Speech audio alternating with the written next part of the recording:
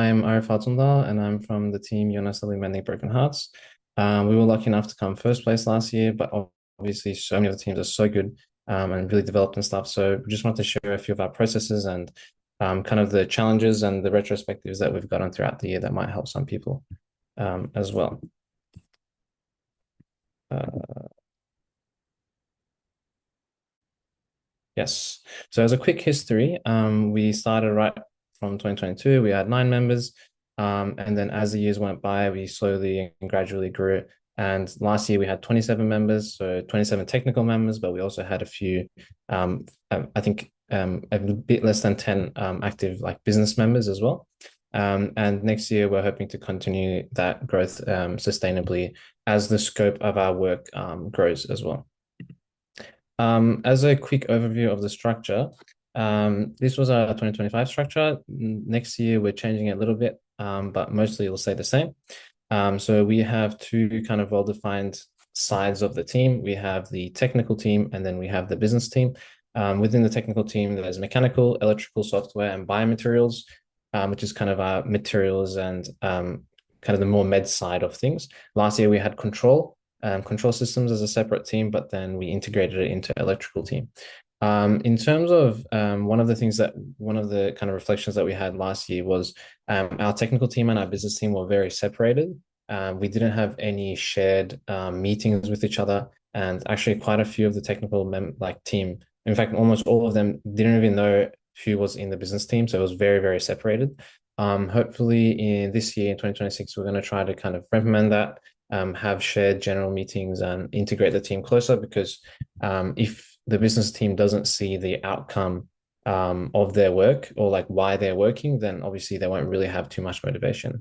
We also have a president and a vice president, which looks after technical and the business team respectively. We have executive members like secretary and treasurer, and we have our academic leads, which are really crucial for us as well. And they help us liaise with or communicate with academic advisors, which I'll talk about a little bit more later on in the presentation. So our operations are pretty stock standard. Like I think every team would be having something like this. We have a weekly general meeting for the entire team. Then we have sub-team meetings for each team weekly as well. And then we have a leads meeting every 2 weeks. We have 3 channels of communication. One of them is informal messaging and chats. So that's more like, oh, like, who's available to do this today? Or are you coming in to do that? Whatever, kind of more informal communication. But one of the things that we take care to, make sure that we're doing is whenever we have technical communication or we're talking about something technical, we do it through a publicly accessible or like an accessible thread within a within our Microsoft Teams. This ensures that people know what other sub teams are doing and everything is kind of transparent in that way. And we also have documentation via Microsoft Teams, which we will then move on to Google Drive. By the way, I can't get any feedback. Is my voice and everything still okay? Because I think I Yep, it's all good. yeah, okay, cool. So as a rundown of some of the challenges that we faced in 2025, and how we kind of overcame them is we had quite low member retention. So a lot of members from the 2024 team left, and we only had a handful of members that were kind of stayed. And that obviously made it really hard to transfer the skills and to build up on the knowledge that we've gained in the past years. And as a response to this, we tried to learn as much as possible from the teams, from the leads who did stay, trying to kind of promote the creation of how-to documents and stuff. We weren't the best at that, but we're going to really focus on that like this coming year, and obviously get good. Like try as hard as you can to learn as much as you can in the limited time that you have. Another challenge that we faced, this was probably our biggest challenge, was having a slow start and having a brand new device. We are a kind of well-established team relative to Heart Hackathon teams. However, this year or the previous year, we had 90% of our members were new, and we actually decided to choose a brand new device. I think this is kind of very different from what the most of the other well-established teams are doing. Last year, like 2024 teams device had some gaps or had issues that we weren't able to solve. So we decided to go with a brand new device, which ended up being a rotary undulation pump. But that meant that we spent a ton of time in the start of the year just discussing and researching innovative ideas and things like that. And in fact, and like this, I still can't believe that this happened. Our final like device choice and our first like 3D print happened on June the 2nd, which meant like half the year it was kind of developing the team, researching, kind of finding avenues of innovation and stuff like that. And that meant that we really had to push ourselves to work as fast as we can the rest of the year to kind of make up for lost time. It was quite unsustainable, I think. So this year, hopefully, we're going to try to be kind of decide on the R&D phase of the project as early as possible, so that we can get on the like nitty gritty, prototyping and simulations and stuff like that earlier on. Yep. So a third challenge we had was a fragmented recruitment structure from previous years. Our team's a bit strange currently with it's kind of half a student-led project that's completely extracurricular, and it's also sort of a coursework project. So there was two kind of streams of recruitment happening at the same time. So it was a bit strange, and the onboarding was happening at different times.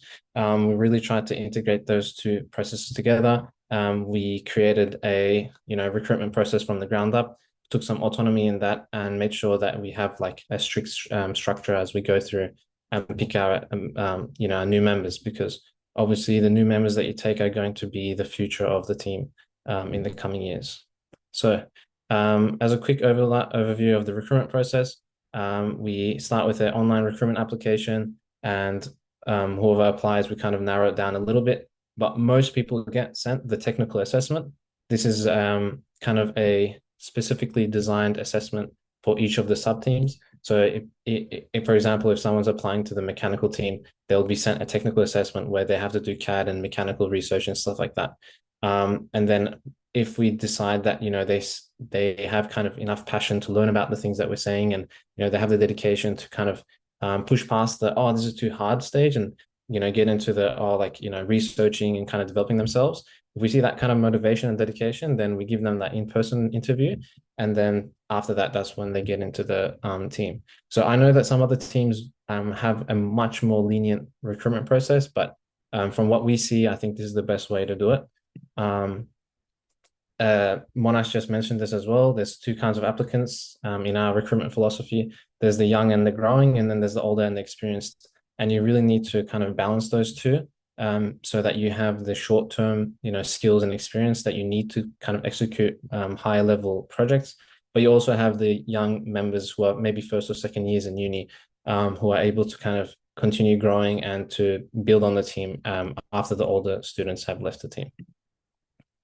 And some other miscellaneous retrospectives.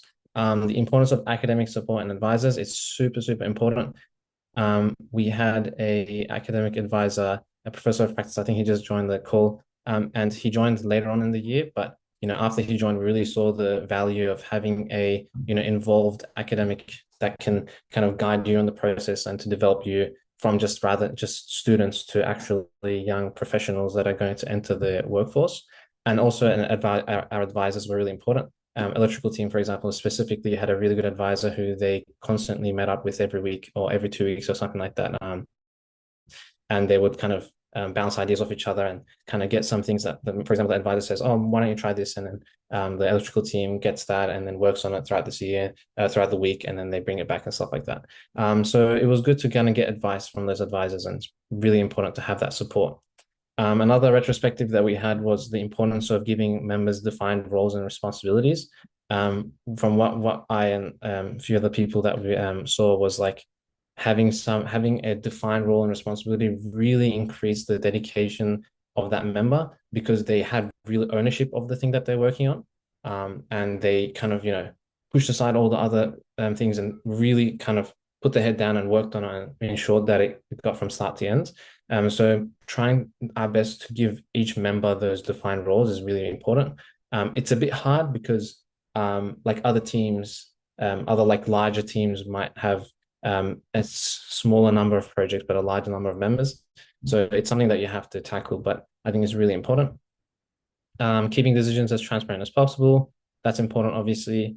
Kind of giving the rationale for the decisions that you make, especially as executive team, sticking through with the decisions already made, and also being open to feedback and joint decision making. I think it's really important that each member in the team feels that they have a stake in the direction that the team takes.